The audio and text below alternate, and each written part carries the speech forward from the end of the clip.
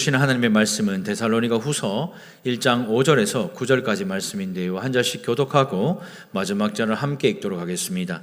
제가 먼저 읽겠습니다. 이는 하나님의 공의로운 심판의 표요 너희로 하여금 하나님의 나라에 합당한 자로 여김을 받게 하려 함이니 그 나라를 위하여 너희가 또한 고난을 받느니라. 너희가 환난을 받게 하는 자들에게는 환난으로 갚으시고 환난을 받는 너희에게는 우리와 함께 안식으로 갚으시는 것이 하나님의 공의시니 주 예수께서 자기의 능력의 천사들과 함께 하늘로부터 불꽃 가운데에 나타나실 때에 하나님을 모르는 자들과 우리 주 예수 복음에 복종하지 않는 자들에게 형벌을 내리시리니 함께요. 이런 자들은 주의 얼굴과 그의 힘의 영광을 떠나 영원한 멸망의 형벌을 받으리로다. 아멘. 옛날에 한국은요, 이 교회 깃발만 딱 꽂으면 사람들이 모였다라고 했습니다. 그렇게 한국교회가 급성장을 했죠. 그러다가 어느 순간부터 쇠퇴하기 시작했는데 한국교회가 세상의 빛과 소금이다라고 칭찬을 받다가 어느 순간부터 세상의 빛이 되었다라는 손가락질을 당하는 순간이 있었습니다. 그 순간이 언제인 줄 아십니까? 그 순간이 언제일까요? 많은 기독교 단체들과 신학자들이 그 순간이 언제인가를 연구를 했는데 그때가 이 기독교가 고난을 잊어버렸을 때였다라고 말을 합니다. 기복신앙으로 치달으면서 예수 믿으면 만사형통이고 예수 믿으면 병이 낫고 예수 믿으면 귀신이 떠나가고 예수 믿으면 대학도 잘 가고 예수 믿으면 시집장가 잘 가고 예수 믿으면 다 잘 된다고 말하는 그때부터 이 한국의 기독교가 쇠퇴의 길을 걷기 시작했다라고 말해요. 성경을 보십시오. 성경 어디에서 그렇게 말하고 있습니까? 오히려 성도의 삶에 고난은 필연적이라고 성경에 나오는 수많은 믿음의 조상들이 그들의 삶을 통해서 우리에게 보여주고 있는 삶이 바로 고난입니다. 그래서 우리 성도에게 고난은 선택이 아니라 필연적이다라는 것이죠. 예수를 믿는 그 순간부터 그 믿음 때문에 반드시 그 고난을 통과하게 된다라는 것입니다. 고난이 없는 신앙생활은 불가능해요. 그렇다고 해서 무조건 이 세상에서 예수 믿는 것 때문에 고난당하고 고통스럽게 살아야 한다, 그 말이 아니죠. 성도라면 이 땅을 살아가면서 겪는 그 고난, 그 고통을 어떤 눈으로 바라보고 어떻게 그것을 받아들이는가가 중요하다라는 것입니다. 오늘 본문이 바로 그 부분을 우리에게 말씀하고 있는 것이죠. 성도가 땅에서 당하는 고난은요, 하나님의 공의로운 심판의 표시다라고 우리에게 말합니다.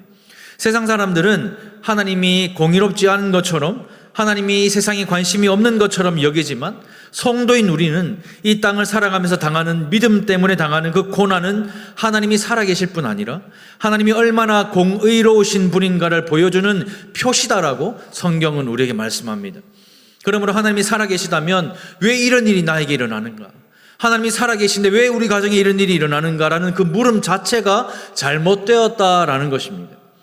왜냐하면 하나님이 성도와 세상에 개입하시는 그 표시가 바로 고난을 당하는 성도들의 삶이기 때문입니다. 여러분들의 삶에 고난이 있다면 지금 하나님이 여러분들의 삶에 개입하고 있다라는 뜻이고, 여러분들의 가정에 고난이 있다면 하나님이 지금 여러분들의 가정에 개입하고 계시다는, 여러분들의 집안에 어떤 고난이 있다면 여러분들의 집안에 하나님이 개입하고 계시다는 표시이기 때문에 우리가 고난을 당할 때 감사할 수 있어야 한다는 것이죠. 베드로는 베드로전서 4장 16절에 이렇게 말합니다. 같이 한번 읽어보겠습니다. 시작. 만일 그리스도인으로 고난을 받으면 부끄러워하지 말고 도리어 그 이름으로 하나님께 영광을 돌리라. 하나님은요, 우리 성도들이 이 땅을 살아가면서 성화를 이룰 때에 그냥 이루어 주시지 않아요. 여러분들이 목사되고 장로되고 권사되면 성화를 이루나? 그거 아니거든요. 제가 항상 하는 말이지만 하나님의 나라 가면 목사의 자리가 제일 저 끝자리일 거예요. 저는 확신을 합니다. 목사의 자리가요, 제일 끝이 싶어요. 그럴 수밖에 없을 것 같아요. 장로님 자리는 제 앞자리에 계시겠죠. 그 다음 권사님, 성도님의 자리가 아마 하나님과 가장 가까이 있는 자리가 아닌가 해요. 하나님께서는 우리에게 성화를 이루실 때 그냥 이루어 주시지 않습니다. 교회 나온 지 10년차 되면 1단계, 20년 되면 2단계, 30년 되면 3단계, 40년 되면 4단계, 50년 되면 마지막 5단계가 돼서 50년 뒤에 되면 우리가 성화가 됩니까? 나이가 있으신 우리 실버 성도님들 한번 대답해 보십시오. 연세가 들고 나이가 많아지면 많아질수록 더 하나님께 가까이 가고 더 예수를 닮아가는 성화가 됩니까? 전화가 대답을 하네요. 아니다, 아니다, 이렇게 지금 대답을 합니다. 지금 아니다, 그럴 수가 없다. 그럴 수가 없죠. 나이가 들면 들수록 이 세상을 살면 살수록 우리는 더요 이 고난 가운데 처해집니다. 그래서 많은 어른들이 그런 말 하잖아요. 아니 뭐 자식 결혼시키고 나면 아이고 이제 고난 없겠지 싶죠. 결혼해보여서 그때부터 고난이 시작입니다. 아이고 안 오면 이제 고난이 없겠지 싶죠. 안 와보여서 그때부터 고난이 시작입니다. 아 크면 이제 고난이 없겠죠. 아 크면 고난이 시작입니다. 어릴 때는 뭐 세뱃돈 안 줘도 돼도 나중에 크면 클수록 세뱃돈 더 많이 줘야 되잖아요. 고난의 연속이에요. 나이가 들면 들수록 더 큰 고난을 마주하는 것이 우리의 인생입니다. 죄인으로 태어나서 죄에 익숙해져 있는 우리에게 고난을 통하여 연단시키고 정금과 같이 빚어서 성화를 이루어 주시는 것이지 그냥 시간이 간다고 성화가 되는 것이 아니에요. 성도들이 이렇게 고난을 거쳐서 정금과 같이 하나님 나라에 들어갈 것이기 때문에 우리가 고난을 당할 때에 부끄러워하지 말고 오히려 그 고난을 통하여 영광을 돌려야 한다라고 말씀하고 있는 것입니다. 갑작스러운 질병을 마주할 때도 그 질병 때문에 하나님께 감사하라는 거예요. 어려운 문제가 닥치면 그 어려운 문제를 부끄러워하는 성도들 많죠. 그래서 우리 어른들 보면 특히 우리 실버 성도들 보면 몸이 조금만 아파도 아파서 소리 안 해요. 집에 큰 우환이 있어도 말 안 해요. 왜요? 말하면 예수 잘못 믿었다 하고 부끄럽거든요. 근데 베드로는 뭐라고 합니까? 고난을 받으면 부끄러워하지 말고 오히려 영광을 돌려야 한다라고 말합니다. 제가 여러분들에게 여러분들의 삶 속에 대소사가 있을 때 이 강단에서 왜 기도하자고 왜 이야기합니까? 오늘도 일부 때요. 예준이 이제 저 탐라국으로 제주도로 한 달간 공부하러 떠나거든요. 갔다 오면 되잖아요. 그럼 뭐라고요? 근데 우리는 한 성도고 가족이기 때문에 함께 기도하는 겁니다. 마찬가지 여러분들의 삶에 여러 가지 우여곡절이 있고 힘든 일이 있으면 가족이니까 함께 기도하는 거예요. 왜요? 그것은 부끄러운 것이 아니라 오히려 그것으로 영광을 돌려야 하기 때문입니다. 그래서 성도인 우리가 이 땅을 믿음으로 살아가면서 이 고난을 통과할 때에 하나님은 그 상황과 그 시간에 특별하게 역사하셔서 아무 자격도 없고 공로도 없는 우리를 하나님의 나라에 합당한 자로 여겨 주실 것이기 때문입니다. 다시 말하면 여러분과 제가 하나님의 나라에 합당한 자로 받아들여지도록 우리 삶에 하나님이 개입하셔서 우리를 정금과 같이 연단하시고 빚어내시는 그 방법이 바로 고난이다라는 것입니다. 그래서 이 고난은 부끄러운 것이 아니라 영광스러운 것이다라고 성경은 말씀하는 것이죠. 그래서 성도인 우리가 이 땅을 믿음으로 살아가면서 고난을 통과할 때에 영광스러운 것이다라는 것을 꼭 기억하시기 바랍니다. 그런데 왜 이렇게까지 하실까요? 죄에 익숙해져 있는 우리의 나쁜 습관들을 걸러내시기 위해서 하나님의 백성으로 우리를 정금과 같이 연단시키기 위해서 고난을 사용하십니다. 아니 그건 뭐 고난 말고 다른 거 없어요. 고난 말고 환난 말고 고통 말고 다른 거 없습니까? 그런데 죄에 익숙해져 있는 우리는요 등 따시고 배부르면 교회 옵니까? 등 따시고 배부르면 하나님 찾습니까? 어려움을 당하고 힘듦을 겪어야 그제서야 주님을 찾는 것이 죄인인 우리의 습성이고 오염된 본성을 가지고 있는 우리의 성품입니다. 그래서 하나님께서는요 우리를 새롭게 하시는 중요한 도구로 고난과 환난과 핍박을 사용하시는 겁니다. 그래서 성도가 이 고난을 통과할 때는 하나님이 무관심하신 것이 아닙니다. 하나님 나라에 합당한 성도로 우리를 빚어주고 계시다라는 것을 분명히 기억하시기 바랍니다. 그래서 예수 믿는 성도의 삶에는 반드시 고난이 있다라는 것이죠. 그리고 그 고난은요 우리를 결국에는 소망으로 인도하는데 로마서 5장 3절 4절을 같이 한번 읽겠습니다. 시작. 다만 이뿐 아니라 우리가 환난 중에도 즐거워하나니 이는 환난은 인내를, 인내는 연단을, 연단은 소망을 이루는 줄 알미로다 말씀합니다. 소망이요 그냥 이루어지는 게 아닙니다. 여러분들 교회 나와서 예수 잘 믿고 예배 잘 드린다고 소망을 이루어 주시는 것이 아닙니다. 우리의 삶에 환난이 있어야 환난이 우리를 인내하게 하고 내가 인내를 해야 연단이 되어지고 연단 끝에 소망을 이루는 줄 알미로다 성경은 그렇게 말씀하고 있으세요. 여러분들의 삶에 지금 고난이 있다면 여러분들에게 하나님이 원하는 것은 소망인데 그 소망까지 가기 위한 그 절차가 인내와 연단이 필요하다라고 성경은 말씀하고 있는 것입니다. 환난을 통과할 때에 여러분과 제 안에 인내와 연단이 이루어지고 결국 소망을 이루게 될 것입니다. 그래서 이 성도의 삶에는 고난이 있고 반드시 핍박과 질고가 따른다라는 것이죠. 하지만 우리는 힘든 일을 당할 때 불평하고 하나님에게 섭섭하잖아요.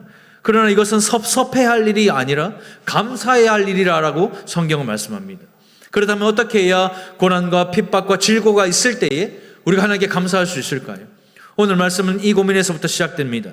첫 번째는 이것인데요. 같이 한번 읽겠습니다. 시작. 주님이 나타나실 때가 가까웠음을 믿으십시오. 어떻게 보면요, 예수 그리스도를 믿는 것은 마지막이 좋은 거예요.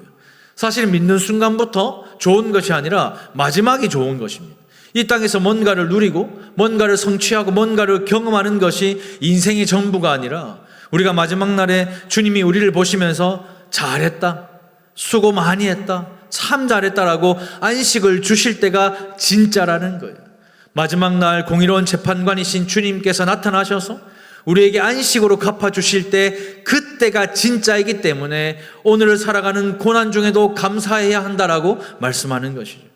그러면 그때가 언제일까? 7절을 보면요, 환난을 받는 너에게는 우리와 함께 안식으로 갚으시는 것이 하나님의 공의신이 주 예수께서 자기의 능력의 천사들과 함께 하늘로부터 불꽃 가운데에 나타나실 때라고 분명히 말씀합니다. 주님이 오시는 그때가 언제라고요? 나타나실 때예요. 언제요? 주 예수께서 자기의 능력의 천사들과 함께 하늘로부터 불꽃 가운데 나타나실 그때를 이야기합니다. 그래서 중요한 것은요, 나타나실 때입니다.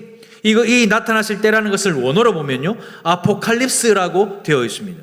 근데 일반적으로 이 단어는 계시를 드러낸다라고 쓸 때 하는 단어가 아포칼립스인데, 유독 오늘 성경을 보면 예수님이 다시 오실 때는 원래 다른 성경은요, 이 아포칼립시스를 쓰지 않고 파루시아라는 단어를 씁니다. 주님이 오신다, 주님이 재림하신다 할 때 이 나타난다라고 할 때에 이 예수님이 다시 오실 때 쓰는 단어는 대부분 파루시아입니다. 이 파루시아는 오신, 강림 이런 뜻인데, 유독 오늘 이 본문에 나타나실 때라고 할 때 이 원어는요, 아포칼립시스를 씁니다. 이 아포칼립시스는 계시를 드러낸다라는 뜻이죠.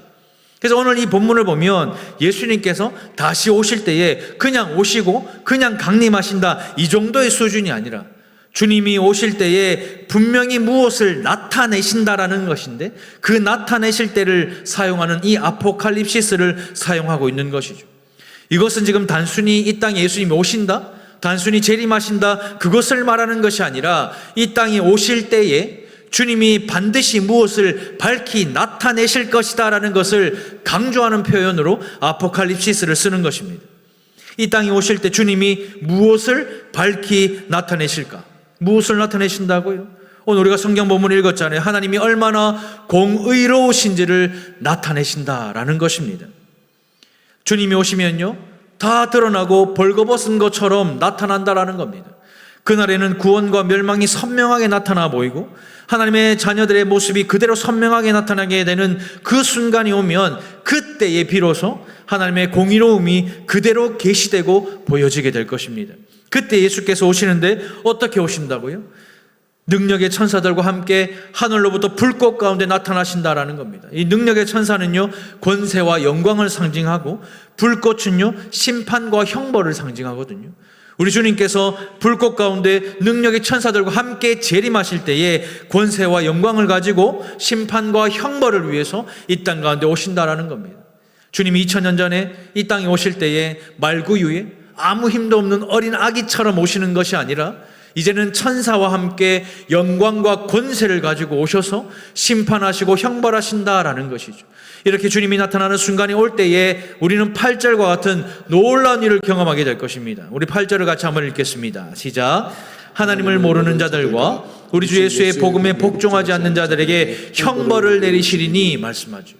그럼에도 불구하고 하나님을 모르는 자들처럼 주 예수의 복음에 복종하지 않는 자들처럼 감사하지 못하는 자들에게는 형벌을 내릴 것이다 라고 말씀합니다. 그 이유가 무엇입니까?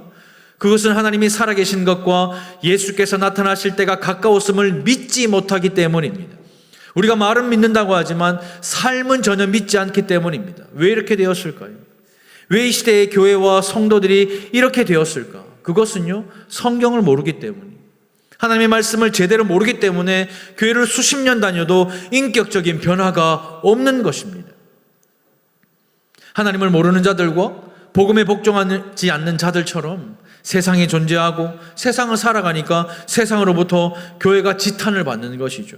교회를 교회되게, 예배를 예배되게 하나님이 우리 교회를 사용하신다면 세상은 여러분들을 절대로 그렇게 보지 않을 것입니다. 여러분도 지난 한 주에 성경 얼마나 많이 읽으셨습니까?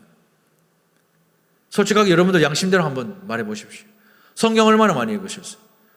저도요, 지난번부터 제가 여러분들에게 결단했죠. 아침에 새벽기도 끝나고 큐티하고 성경 읽겠다. 이번 주에 월드컵 본다고 성경을 못 봤어요. 오늘 아침에 일주일치 다 읽었습니다. 여러분 한 주간 성경을 얼마나 많이 읽으십니까? 여러분들의 인생에서 우선순위가 어떻게 구성되어 있는지를 한번 생각해 보십시오. 어제 제가 온누리교회 토요 예배를 영상으로 이렇게 봤는데, 이재훈 목사님이 그 온누리교회 원래 이제 해오신 설림 목사님이신 하용조 목사님의 비서였거든요. 근데 하용조 목사님이 지금 급하게 한국 교계 회의가 좀 필요하다 그래서, 그 당시 이제 하용조 목사님이 대단한 목사님이시죠. 어른이잖아요. 그래서 이 목사님이 이제 이재훈 목사님에게 지금 한국교회 교계 회의를 해야 되니까 빨리 그 목사님들 연락을 해봐라. 뭐 사랑의 교회 큰 대형 교회 목사님들께 연락해서 몇 월 며칠 몇 시에 만나자고 좀 해라 하니까, 사실 그게 말이 안 돼요. 왜냐하면 그 큰 교회 목사님들은 바쁘거든요. 이미 일주일치 아니 한 달치 약속이 다 짜여져 있는 분들입니다. 근데요, 이재훈 목사님이 이게 안 된다, 말이 안 되는 일을 시키니까, 그래도 이제 시키니까 했어요. 전화를 하니까 거기 이제 전화 받으실 목사님들 하나같이 그날 시간이 된다고. 거기도 비서 목사님들이 전화를 받는데 된다고 막 모두가 다 시간이 된다는 거예요. 이재훈 목사님이 너무 기쁜 거예요.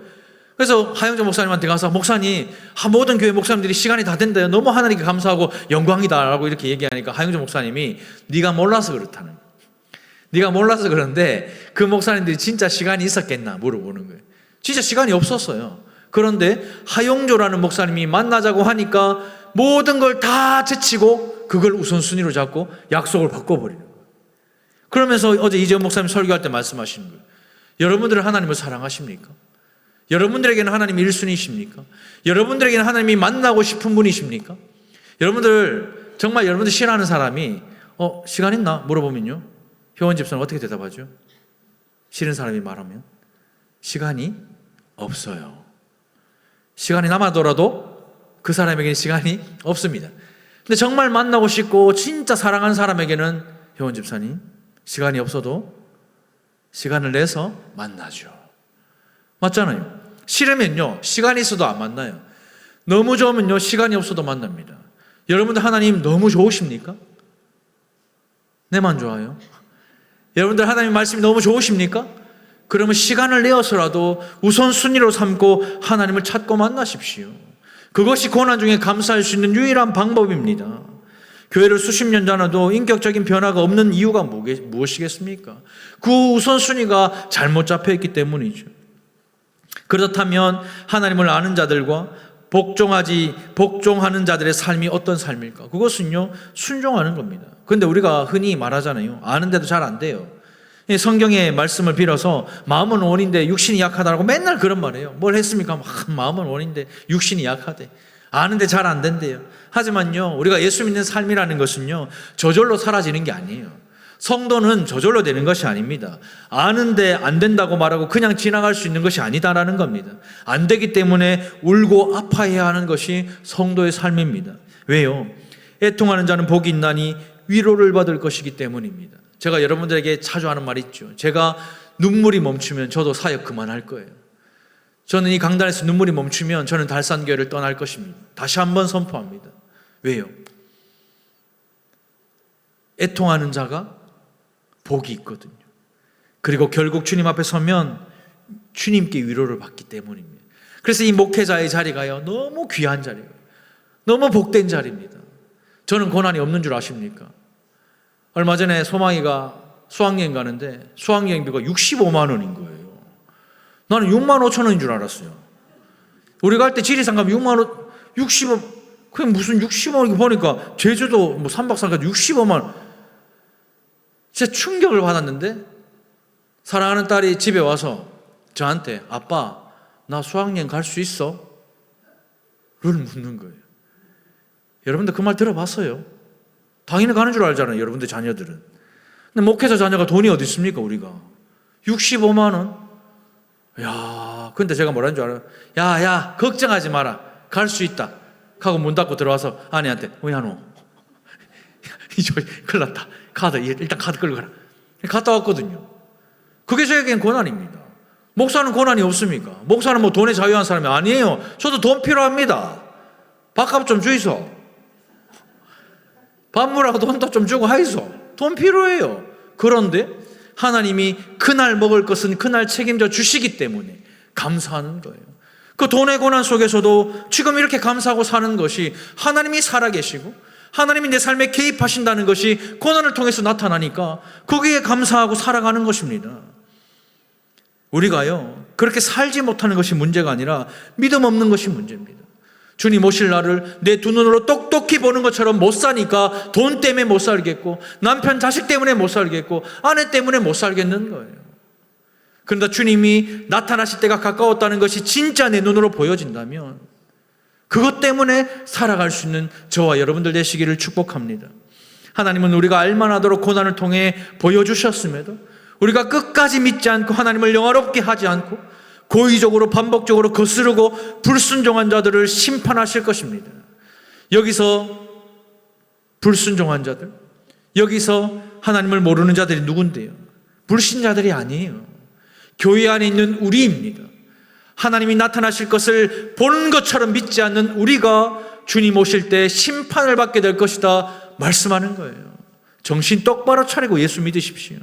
여러분들의 삶에 고난이 있다면 주님께서 나타나실 때가 가까웠음을 믿음으로 고난 중에 감사하는 성도들 되시기를 주님의 이름으로 축복합니다. 두 번째는 이것입니다. 함께 읽겠습니다. 시작. 하나님의 심판을 면하게 될 것입니다. 고난 중에 감사하는 자들은 한 심판을 면하게 될 것이지만 이런 자들은 심판을 당할 것이다 말씀하는데 9절입니다. 이런 자들은 주의 얼굴과 그의 힘의 영광을 떠나 영원한 멸망의 형벌을 받으리라 말씀합니다. 이런 자들이 누군데요? 영원히 멸망받을 자들입니다. 구주가 오셔서 심판을 행하실 때는 두 번째 기회가 없어요. 주님이 다시 오셔서 심판하시면 그것으로 끝입니다. 돌이킬 수가 없어요. 형벌을 깎아주거나 불쌍하기 때문에 멈춰주는 법 없습니다. 이 형벌은 영원한 형벌인데 형벌을 두 가지로 표현을 하는데 첫 번째 형벌은 주의 얼굴로부터 영원히 떠나게 되는 것이고 두 번째 형벌은 그의 힘의 영광을 영원히 떠나게 된다라고 말씀합니다. 마태복음 5장의 산상수훈에 보면 마음이 청결한 자는 복이 있나니 하나님을 볼 것이미요라고 말합니다. 하나님을 본다는 것은 우리 인생에서 최고의 축복입니다. 세상은 돈과 명예와 신분과 지위와 업적이 있어야 행복하다라고 말하는데 성도인 우리는 언제가 행복합니까? 사랑하는 하나님의 얼굴을 대할 때, 사랑하는 하나님의 면전 앞에 존재 앞에 설 때에 그때가 가장 행복할 때 아닙니까? 사랑하는 주님의 낯빛으로부터 나오는 그 은혜와 자비와 끝없는 사랑을 말씀으로 경험할 때 우리 인생은 가장 행복할 것입니다. 저는 여러분들의 그때가 바로 말씀이 선포되는 지금 이 시간이기를 주님의 이름으로 축복합니다. 여러분들이 가정에서 삶에서 말씀을 대할 때가 바로 그때가 되기를 축복합니다. 힘의 영광이 뭡니까? 주님의 힘은요, 세상의 힘과는 달라요. 세상의 힘은 높아지는 거지만 주님의 힘은 낮아지는 것입니다. 세상의 힘은 섬김을 받는 것이지만 주님의 힘은 섬기는 것입니다. 하지만 심판을 받는 자들은요, 그 힘의 영광을 떠나게 된다라고 말합니다. 주님의 힘의 영광을 떠나면 어떻게 됩니까? 죄가 통치하는 세상의 모습처럼 짓눌리고 영원한 형벌만 남게 되는 것이고 그분의 얼굴을 영원히 떠나게 되는 것입니다. 날마다 불안하고 날마다 괴롭고 날마다 고통스러운 그러한 인생을 살게 된다는 것이죠. 고난 중에 있다면 바로 오늘 이 예배 가운데 말씀을 통해 주님의 얼굴을 보시고 그 힘의 영광을 경험하십시오. 여러분과 저처럼 티끌 같은 인생들이 하나님을 아버지라 부르고 그 하나님 앞에서 내 마음을 쏟아서 찬양하고 기도하고 하나님 앞에서 베푸시는 그 은혜를 기억할 때에 고난 중에 감사할 수 있을 것입니다. 주의 얼굴을 떠나게 된다면 예배하는 자리에 갈 수도 없을 뿐더러 우리가 담대하게 하나님의 보좌로 나아갈 수도 없을 것입니다. 우리가 사는 이 시대는요, 믿지 않는 자들뿐만이 아니라 믿는 우리조차도요, 주의 얼굴과 그의 힘의 영광을 떠나 살아가는 이런 자들이 있다라는 것입니다. 여러분들과 저는 어떤 자들입니까? 하나님을 우선순위로 여기고 하나님의 말씀을 가장 좋아하는 것으로 여겨서 없던 시간도 쪼개고 우선순위를 바꾸어 하나님께 나아가는 저와 여러분들이 되시기를 축복합니다. 고난 중에 감사하지 못한다면 우리가 이런 자들인 것이죠. 하나님을 모르는 자들, 주 예수의 복음에 복종하지 않는 이런 자들은 주의를 거룩하게 지키지 않을 뿐더러 이 심판을 잊어버리고 게으르게 살아가는 자들이 될 것입니다. 히브리서 10장 31절을 같이 한번 읽어보겠습니다. 시작. 살아계신 하나님의 손에 빠져들어가는 것이 무서울진저라고 말하죠. 진짜 무서운 게 뭔데요? 우리가 이 땅을 살아가는 성도로서 진짜 무서운 게 뭡니까? 돈 없는 게 무서운 거예요? 사람과 관계가 끊기는 게 무서운 겁니까? 뭐가 무서운 건데요? 큰 질병, 암의 그 질병을 경험하는 것이 무서운 거예요? 하나님의 마지막 심판 때에 주의 얼굴로부터 끊어져 버림받아서 살아계신 하나님의 손에 빠져들어간다. 그것이 가장 두려운 것이다라고 말합니다. 빠져들어가는 게 뭔데요? 내가 하나님 사랑에서 빠져들어가 이 뜻이 아닙니다. 멸망과 심판 안으로 들어간다라는 말이거든요. 하지만 그날의 주의 낯빛을 바라보면서 서 있는 자들은 복된 자들입니다. 여러분들은 이런 자들입니까? 복된 자들입니까? 불안한 시대에 죄가 만연한 세상 속에서 하나님의 공의로운 심판을 알고 믿음으로 신실하게 우리 하나님을 예배할 때 주시는 그의 힘의 영광으로 고난 가운데 감사하여서 하나님의 나라에 합당한 자로 여김받는 우리 모두가 되기를 주님의 이름으로 축원합니다. 말씀을 맺겠습니다. 오늘 말씀을 준비하면서 찬송가 176장이 떠올랐습니다. 이 찬송가의 후렴이 이렇게 되어 있거든요. 주 안에서 우리 몸과 마음이 깨끗하게 되어서 주 예수님 다시 오실 때 모두 기쁨으로 맞으라. 주 안에서 우리의 몸과 마음이 깨끗하게 되려고 예수께서 우리에게 고난을 주시는 거예요. 우리 삶에 고난이 있다는 것은 하나님이 어떠한 특별한 개입을 하신다는 증거입니다. 그러니 여러분들의 삶에 건강의 고난, 관계의 고난, 자식의 고난, 가족의 고난, 어떠한 고난인지 고난이 있다면 주님 다시 오실 때에 이런 자들이 아니라 복된 자들이 되어서 모두 기쁨으로 주님을 맞이하게 하기 위한 하나님의 선물이다 여기십시오. 이 땅에 발을 딛고 살아가는 모든 순간 고난은 멈추지 않을 것입니다. 왜요? 이 고난을 통해서만 하나님은 우리의 몸과 마음을 거룩하게 변화시키기 때문입니다. 등 따시고 배부르면요 하나님 안 찾아요. 내가 원하는 거 다 되면요 누가 교회 오고 누가 하나님 찾고 누가 기도합니까? 안 되니까 교회 오고 어려우니까 예수님을 찾고 힘드니까 부르짖는 것입니다. 그것을 통해서 우리는 고난 중에 기뻐할 수 있게 될 것입니다. 그러므로 주님의 나타나실 때가 가까웠음을 믿으시고 하나님의 심판을 면하게 될 것을 믿음으로 고난 중에 감사하는 우리 모두가 되기를 주님의 이름으로 축복합니다. 우리 시간 다 같이 통성으로 기도할 때에 말씀을 생각하면서 기도하겠습니다. 하나님, 지금 내 삶에 어떠한 고난이 있다면 그 고난은 나를 힘들게 하고 나를 무너뜨리는 것이 아니라 하나님의 특별한 개입입니다. 하나님 특별하게 나의 삶에 개입하셔서 고난 중에도 감사할 수 있도록 은혜를 허락하여 주시옵소서. 우리 시간 주여 은혜를 주옵소서. 우리 한번 부르고 기도하겠습니다. 주여 은혜를 주시옵소서.